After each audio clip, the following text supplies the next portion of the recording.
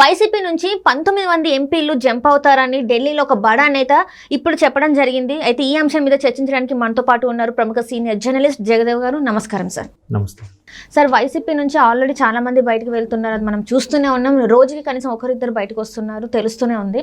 అయితే ఇప్పుడు ఏంటంటే ఒక బడా నేత బాంబు పేల్చడం జరిగింది. 19 మంది ఎంపీలు బయటకు వచ్చేస్తున్నారు అని చెప్పేసి, అసలు ఇందులో వాస్తవం ఉందంటారా ఎట్లా సార్? అంటే నెంబరు ఎగ్జాక్ట్గా చెప్పలేం కానండి, చాలామంది వరకు కూడా వస్తున్నారు. ఒకటే అయితే ఇక్కడ 2-3 రకాల వెర్షన్స్ ఉంటాయి. ఒకటి ఏంటంటే ఎలక్షన్స్ ముందు అది ప్రభుత్వం మీద ఎంత ఫేవర్గా ఉన్నా లేకపోయినా జంప్ జలాలు అనేవి పార్టీ ఫిరాయింపులు అనేవి సహజం. సో ఇప్పుడు వైసీపీ ప్రభుత్వ వ్యతిరేకత బాగా ఉన్న నేపథ్యంలో గత కొద్ది నెలలుగా, అంటే ఆల్మోస్ట్ మీరు ఆగస్టు సెప్టెంబర్ నుంచి 2023 ఆగస్టు ఆ టైం నుంచి కూడా వైఎస్ఆర్సీపీలో ఒక ఎమ్మెల్యేలు కాదు, ఎంపీలు కాదు, చాలామంది కూడా ఒక్కొక్కరుగా బయటకు వచ్చేస్తున్నారు, రాజీనామా చేస్తున్నారు. రీసెంట్గా 3 ఎంపీలు కూడా రాజీనామా చేశారు. ఆ 3 కూడా మంచి పట్టున్న వ్యక్తులే. అండ్ మోర్ ఓవర్ ఎప్పుడు వివాదాలకి అంత కేర్ ఆఫ్ అడ్రస్గా ఉండేవారు కాదు వాళ్ళ 3. ప్రజల నుంచి కూడా వ్యతిరేకత లేదు వాళ్ళకి. ఎస్పెషలీ మొన్న రీసెంట్గా మన లావు కృష్ణదేవరాయలు నసరావుపేట ఆయన కానీ, అలాగే మచిలీపట్నం ఉంది కానీ, అంటే కృష్ణా గుంటూరు వరకు చూసుకుంటే వైఎస్ఆర్సీపీ చాలా బాగా కొట్టుకొచ్చింది లాస్ట్ టైం. అది ఎంపీ సీట్లు అవ్వచ్చు, ఎమ్మెల్యే సీట్లు అవ్వచ్చు. అక్కడ ఆంధ్ర క్యాపిటల్ అనుకున్న అమరావతి రీజన్లోంచి కూడా వైసీపీ ఎక్కువసారిగా టీడీపీ శ్రేణులు కూడా ఆశ్చర్యం గురయ్యారు.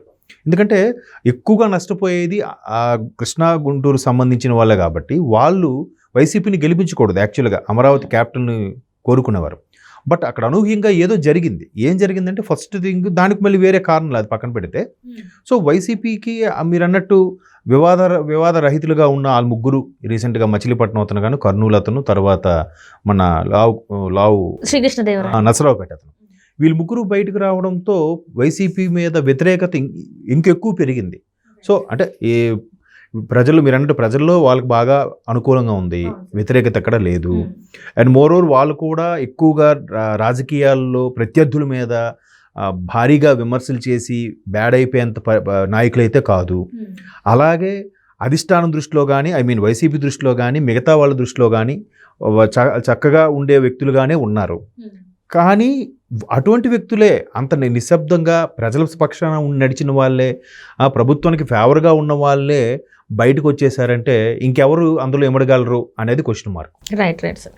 ఇకపోతే ఎలక్షన్స్ ముందు కాబట్టి చాలామంది మారుతూ ఉంటారు. అయితే ఇక్కడ ఆంధ్రప్రదేశ్లో మొదటి నుంచి కూడా 2019 ఎలక్షన్స్ తరువాత పథకాలను ఒకటే కేంద్రం, ఒకటే కాన్సన్ట్రేషన్లో ఉండిపోయి మిగతా దేన్ని పట్టించుకోలేదు. ప్రాజెక్టులు కానీ, డెవలప్మెంట్ కానీ, సామాన్యులకు కానీ, మద్యపాన నిషేధం కానీ, ఇసుక ర్యాంపులు కానీ, అభివృద్ధి కానీ, ఉద్యోగాలు కానీ, ఏది కూడా పట్టించుకోకపోవడం వల్ల ఏమైందంటే ఇదొక్కటి చేసేస్తే సరిపోతుంది, ఈ పథకాలు వేస్తే వీళ్ళే మనల్ని గెలిపిస్తారని గుడ్డిగా వెళ్ళిపోయారు. అదే మైనస్ అయిపోయింది బాగా. రైట్. కాబట్టి ఇప్పుడు ఒక దగ్గర ఒక పోగు ఉంది, దానిలోంచి ఒక్కొక్కరికి తీసి పంచుతున్నారు. పంచుతున్నప్పుడు అది కొన్నాళ్ళకి అది ఖాళీ అయిపోతుంది. దాన్ని మళ్ళీ రీప్లేస్ చేయడం ఎలాగా, దాన్ని భర్తీ చేయడం ఎలాగా, దాన్ని మళ్ళీ అది రాసి పోగులా పెంచడం ఎలాగానో ఆలోచించాలి. కానీ ఇక్కడ నుంచి ఉన్న ఖజానా నుంచి పంచుకుంటూ వెళ్తే ఎంతకనో అవుతుంది. సో ఇది అందరికీ తెలిసిందే, నేను మళ్ళీ మాట్లాడాల్సిన అవసరం లేదు. అయితే ఎప్పుడైతే ఈ కీలకమైన 3 ఎంపీలు వెళ్ళిపోయారో, అది కాకుండా జగన్మోహన్ రెడ్డి గారికి అత్యంత సన్నిహితులుగా ఉన్న కుటుంబ సభ్యులు కూడా దూరమైన నేపథ్యంలో, వేరే పార్టీల ఎస్పెషల్లీ కుటుంబ సభ్యులు అంటే ఇంతవరకు దూర బంధువులైన బాలినేని గారు అలాంటి వాళ్ళు స్టేట్మెంట్ ఇచ్చినా కానీ, సొంత చెల్లెలు షర్మిలా గారు ఏదైతే కాంగ్రెస్కి పీసీసీ చీఫ్ అయ్యారో ఆంధ్రప్రదేశ్కి, దానికి సంబంధించి ఇప్పుడు చాలామందికి వైఎస్ఆర్సీపీలో ఇంతవరకు కొంతమంది అయినా ఇప్పటివరకు ఉండడానికి కారణం ఏంటంటే, వీళ్ళు సోకాల్డ్ ఎవరైతే ఒకవేళ బయటకు వచ్చేసినా వాళ్ళకి రాజకీయ భవిష్యత్తు ఉండకపోవచ్చు. మేబీ ఎందుకు ఉండకపోవచ్చు అంటే, బయటకు వస్తే ఖచ్చితంగా నెక్స్ట్ ఎలక్షన్స్లో పోటీ చేయాలి, అయితే ఇండిపెండెంట్గా చేయాలి, లేదంటే టీడీపీ ఆ జనసేన కూటమికి వెళ్ళాలి. టీడీపీ జనసేన కూటమికి వెళ్ళడానికి ఇంకా ఆప్షన్స్ లేవు. ఎందుకు లేవంటే ఆల్రెడీ ఆ 2 అలయన్స్లోనే ఇప్పటికే సీట్ల సర్దుబాటులో చాలామంది ఇంకా సీనియర్ నేతలు మిగిలిపోయే అవకాశం ఉంది. కాబట్టి వాళ్ళకి మళ్ళీ మిగిలిన వాళ్ళకి మళ్ళీ నామినేటెడ్ పోస్టో లేదంటే రాజ్యసభకో అడ్జస్ట్ చేసుకోవాలి. మరి పక్క నుంచి వచ్చే వాళ్ళకి ఇంకెక్కడ ఇస్తారు ఛాన్సు? ఎవ్వరు. అది వీళ్ళకి కూడా అర్థమైంది. మరోవైపు చంద్రబాబు నాయుడు గారు పరోక్షంగా స్టేట్మెంట్ కూడా ఇచ్చారు, కుటుంబం నుంచి మ్యాక్సిమం ఒకరికే ఇస్తాము అన్నట్టుగా.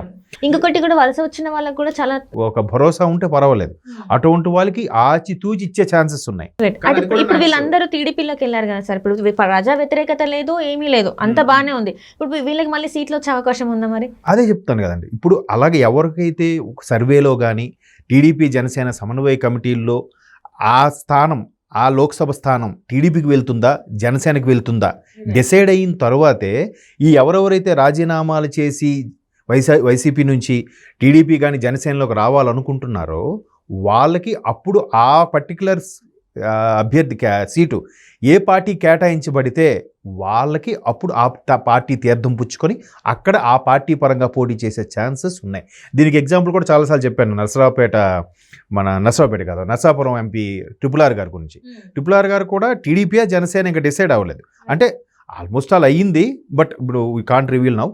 ఆ పర్టికులర్ స్థానం టీడీపీకి వెళ్తుందా జనసేనకి వెళ్తుందా సమన్వయ కమిటీల్లో వాళ్ళకి ఎవరికి ఏ పార్టీ కేటాయిస్తే ఆ పార్టీ తీర్థం పుచ్చుకొని ఆ పార్టీ పరంగా పోటీ చేస్తారు. అయితే గ్లాసు లేదా సైకిల్ కదా, ఎట్లయినా తను గెలుస్తాడు కాబట్టి ప్రజా వ్యతిరేకత లేదు కాబట్టి. అలాగే ప్రజా వ్యతిరేకత లేదు, ఖచ్చితంగా గెలుస్తారు అనుకునే వాళ్ళకి ఖచ్చితంగా సీట్ ఉంటుంది, బట్ ఆ పర్సంటేజ్ చాలా తక్కువ. ఎందుకంటే ప్రభుత్వ వ్యతిరేకతలో ఉన్నప్పుడు ఖచ్చితంగా ఈయన అరే ఎందుకు బాగా వైసీపీకి ఫేవర్గా ఉన్నాడు, ప్రతిపక్షాలను బాగా దుమ్మెత్తి పోసాడు, అటువంటి వాళ్ళని ఖచ్చితంగా ఆదరించరు టీడీపీ జనసేన. సో అప్పుడు ఇంకా వాళ్ళకి ఆప్షన్ లేదు కాబట్టి ఏం చేస్తారు, షర్మిలా గారిది కాంగ్రెస్ ఒకటే కనిపిస్తుంది. కాంగ్రెస్లోకి వెళ్తే గెలవరని తెలుసు, ప్రస్తుతానికి పరిస్థితులు బాగోలేవని తెలుసు, కానీ రాజకీయ సన్యాసం తీసుకోకుండా పోటీ చేయగలగాలి, ఏదో పోటీ చేసి పర్లేదు మనము రాజకీయాల్లో ఉన్నాము అని ప్రూవ్ చేసుకోవాలి. కాబట్టి దట్టు ఓడిపోయినా కూడా గౌరవంగా ఉండాలి. నేషనల్ పార్టీ కాబట్టి ఓడిపోయినా కొంత గౌరవం ఉంటుందని ఉద్దేశమో మరొక ఇతర కారణాలు తెలియదు, కానీ అట్లా అన్నప్పుడు వైసీపీకి కాకుండా షర్మిలా గారికి కాంగ్రెస్ వైపు వెళ్ళే ఛాన్సెస్ కనిపిస్తున్నాయి కదా. సో మీరు అంటున్నట్టు ఈ సోకాల్డ్ ముగ్గురు ఎంపీలు ఎవరైతే ఉన్నారో ఆల్రెడీ ఈ అంశం ఎందుకు వచ్చిందంటే దీని మీద మన ఆంధ్రప్రదేశ్ కాంగ్రెస్ వ్యవహారాల ఇన్ఛార్జ్ గారు ఒక స్టేట్మెంట్ కూడా ఇవ్వడం, ఇట్లా సోకాల్డ్ ఎంపీలు బయటకు వచ్చేస్తున్నారు, ఇంకా రిమైనింగ్ 19 మంది ఎంపీల వరకు వచ్చే ఛాన్సెస్ ఉంది, ఆల్రెడీ 3 బయటకు వచ్చారు అని. అంటే ఇప్పుడు ఆయన ఇచ్చే స్టేట్మెంట్ కాదు, అది అందరికీ తెలిసిన విషయమే. చాలామంది బయటకు వచ్చేస్తున్నారు, ఒక్కొక్కరుగా రాజీనామా చేస్తున్నారు. ఇంకా ఎలక్షన్స్ డేట్ డిక్లేర్ చేయనివ్వండి, మీరు ఇంకా చూస్తారు ఆ 19 మంది ఇంకా మొత్తం అంతానికి బయటకు వచ్చేసే ఛాన్సెస్ ఉన్నాయి. ఈ ఎలక్షన్స్ టైం వరకు వైసీపీ భూస్థాపితం అయిపోతుందా లేకపోతే పార్టీ లేకుండా వెళ్ళిపోతుందా సార్? అలాగా అయితే ఉండదు కానండి, బట్ వ్యతిరేకత మాత్రం బీభత్సంగా ఉంది.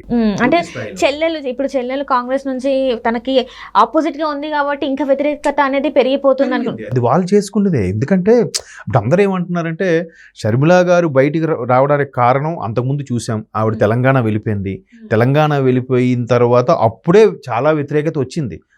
తల్లిని చెల్లిని కూడా ఇక్కడ రాష్ట్రంలో ఉంచకుండా చేశారు అని కొన్ని రకాల వార్తలు వచ్చాయి. ఆ వార్తల్లో వాస్తవం ఎంతో మనకు తెలియదు, పోనీ కాసేపు అది రూమర్ అనుకుందాం.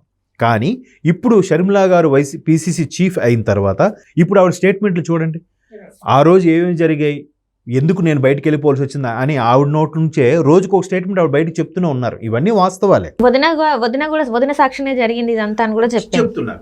సో దానికి ఎక్కడ వీళ్ళు ఖండించట్లేదుగా. ఖండిస్తే ఎవరు ఖండిస్తున్నారు? చిన్న చిన్న నాయకులు ఖండిస్తున్నారు. కొంతమంది పర్టికులర్గా ఉన్నారు కదా, 151 మంది ఎమ్మెల్యేలు సపోర్ట్ ఉన్నప్పుడు ఈ 151 మందిలో 4-5 మాట్లాడుతున్నారు, మిగతా 146 మంది ఎక్కడ మాట్లాడట్లే. వాళ్ళందరూ ఏమైనట్టు? సో ఇవన్నీ వాస్తవాలే. కాబట్టి ఎవరినైనా విమర్శించవచ్చు అంటే రాజకీయ పరంగా విమర్శించాలే తప్ప పర్సనల్గా వెళ్ళిపోయి ఫ్యామిలీ లైఫ్లోకి వెళ్ళిపోయి వాళ్ళ ఇంటి పేరు ఇది వీళ్ళింటి పేరు ఇది, అది తప్పు. ఎందుకంటే ఇప్పుడు ఆవిడ ఉన్నారు షర్మిల గారు, ఆవిడ చనిపోయేదాకా కూడా వైఎస్ షర్మిల అని ఉంటుంది ఆవిడ సర్టిఫికెట్లో అన్నిట్లో.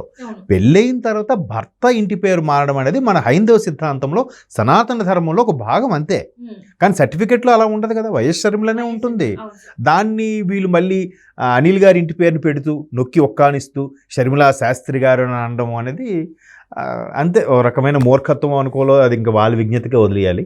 మొత్తం మీద ఈ ఎంపీలు వీళ్ళనే కాదు, ఎమ్మెల్యేలు కూడా చాలా మంది రోజుకొకరుగా బయటకు వస్తున్నారు, పార్టీ సభ్యత్వానికి కూడా రాజీనామా చేస్తున్నారు. ఇప్పుడు ఏంటంటే వై నాట్ 175 అనే టాపిక్ని ఇప్పుడు